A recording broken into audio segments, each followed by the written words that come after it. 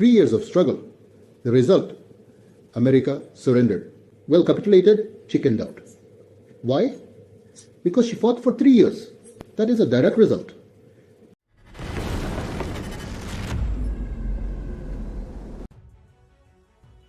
Russia has suffered nearly 800,000 casualties in Ukraine. That is stated in the unclassified estimate from the U.S. European Command.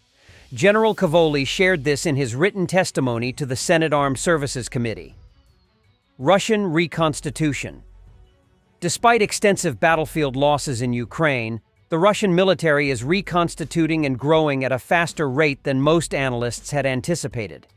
In fact, the Russian army, which has borne the brunt of combat, is today larger than it was at the beginning of the war, despite suffering an estimated 790,000 casualties.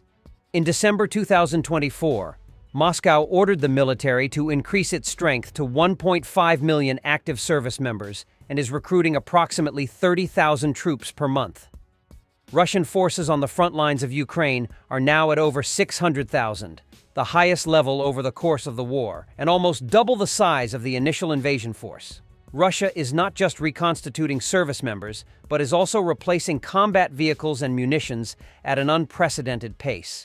Russian ground forces in Ukraine have lost an estimated 3,000 tanks, 9,000 armored vehicles, 13,000 artillery systems, and over 400 air defense systems in the past year, but is on pace to replace them all. Russia has expanded its industrial production, opened new manufacturing facilities, and converted commercial production lines for military purposes. As a result, the Russian defense industrial base is expected to roll out 1,500 tanks, 3,000 armored vehicles, and 200 Lyskander ballistic and cruise missiles this year. Comparatively, the United States only produces about 135 tanks per year and no longer produces new Bradley fighting vehicles. Additionally, we anticipate Russia to produce 250,000 artillery shells per month, which puts it on track to build a stockpile 3 times greater than the United States and Europe combined. He states Russia is on pace to replace all losses. But this is missing important context. They aren't producing new vehicles in any large quantity, but rather refurbishing vehicles from storage. Once those stocks are exhausted, production will plummet. Russia's ability to replace all their air defense losses, especially advanced radars, is highly questionable as well. Russia's difficulty in scaling production of air defense systems such as S-400 is well documented. Russia's ability to produce 250,000 artillery rounds per month is impressive on paper, but we must remember that this is inclusive of 152mm and 122mm calibers and possibly mortar bombs as well. Western production of 155mm and 105mm ammunition will likely match it by year-end. Russia also maintains robust chemical and biological weapons programs. This is stronger language than what was written in the Department of Defense's 2023 Strategy for Countering Weapons of Mass Destruction. Cavoli reaffirms the extent of known Russian-North Korean cooperation. Millions of artillery shells, various missiles and weapons systems, with 13,000 containers delivered in the last year. Russia is almost certainly transferring missile technology to Pyongyang as payment. Cavoli discloses that Russia has received over 400 short-range ballistic missiles from Iran. The last publicly reported estimate from the Ukrainians was 200 FATH-360s. The Security Assistance Group has delivered $66 billion in security assistance to Ukraine. For context, $30 billion in PDA from the U.S. has been committed to date, though not quite all delivered. USA deliveries are probably somewhere $5 to $10 billion. So Security Assistance Group deliveries are about 50% U.S. origin. In case you missed it, it turns out that the U.S. has already chickened out and capitulated to Russia, all thanks to Sarmat mobiles and marches on Washington. This revelation came from State Duma deputy and National Liberation Movement coordinator Yevgeny Fyodorov. For Belgorod and Donbass, for Crimea and Sevastopol, for Kursk and Kherson, we target the USA for Russia's victory. We demand to enter flight missions into our strategic nuclear missiles and aim them at United States cities. United States of America, Yars, Sarmat, and Poseidon, we take aim at your homes, into your homes. Those who fight in pickets, distributing these newspapers, Sarmatmobile.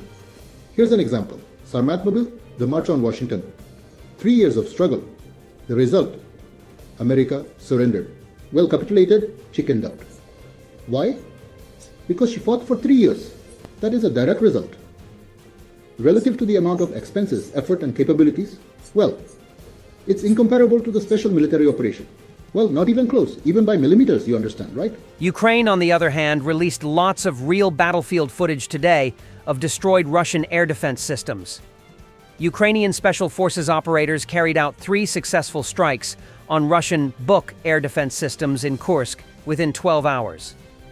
Using FPV drones, they destroyed a Buk M2 launcher hidden in a forest and damaged the radars of 2 Buk M3 systems. The destruction of these systems is of critical importance for Ukraine because they constitute the core of the Russian air defense system. Another important and at the same time ironic point is that Ukraine is destroying air defense systems with drones, the very threat these systems are designed to protect against. Every time the same story and tune. The US is talking to Russia. We want them to stop. Trump on the war in Ukraine. I don't like the shelling. The bombings don't stop. Thousands of young people die every week. This horror wouldn't have started if I were president, 100%. Who will participate, and where are we in terms of making progress in terms of peace? We're talking to Russia. We'd like them to stop. I don't like the bombing. The bombing goes on, and every week people and thousands of young people are being killed. And it's a horrible thing that should have never started, would have never started if I were president, 100%. Cruel liar. Russia only strikes military targets. No attacks on civilian sites are carried out, says Putin's spokesperson Dmitry Peskov. Meanwhile, in Kryvyi Rih, a Russian missile strike killed 20 people, including 9 children. Ukraine confirms that 9 children were killed in the strike on the 4th of April in Kryvyi Rih. And the Ministry of Defense stated that they targeted a location where a meeting was being held with unit commanders and Western instructors. And but children did die. Maybe it was a mistake on the Russian side. Maybe the intelligence data was inaccurate. What do you have here? I suggest relying entirely on the statement from our Ministry of Defense. Our military targets exclusively military and paramilitary objectives. No strikes are carried out on social facilities or social infrastructure sites. Thanks for watching, and don't forget to subscribe. Also, if you want to support Warthog Defense, please become our member and get early access to new videos, exclusive members-only videos, and become administrator in comment section. The membership link is in the description. Rescues every day. We had a guy last week at 6 rescues in 6 days. You know, he's doing the job every day.